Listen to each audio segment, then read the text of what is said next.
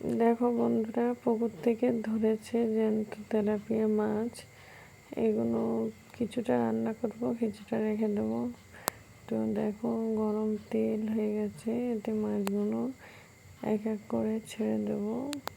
ভালো করে ভেজে নেবো মাছগুলো। দেখো, ভেজে নিচ্ছি।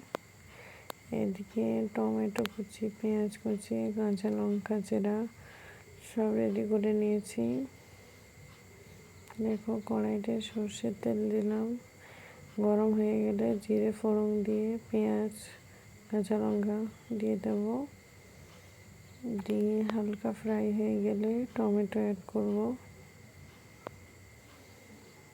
টমেটো সব ভালো করে ভেজে নেব। এবারে এটা একটা পেস্ট করেছিলাম, সর্ষে, কাঁচা লঙ্কা চারটে, জিরে মরিচ আর রসুন পেস্ট করে ওটা দিয়ে হালকা সামান্য পানি দিয়ে মাছগুলো নেড়ে চেড়ে নেবো। দেখো, এটা হচ্ছে মাছের সর্ষে দিয়ে ঝাল ঝাল।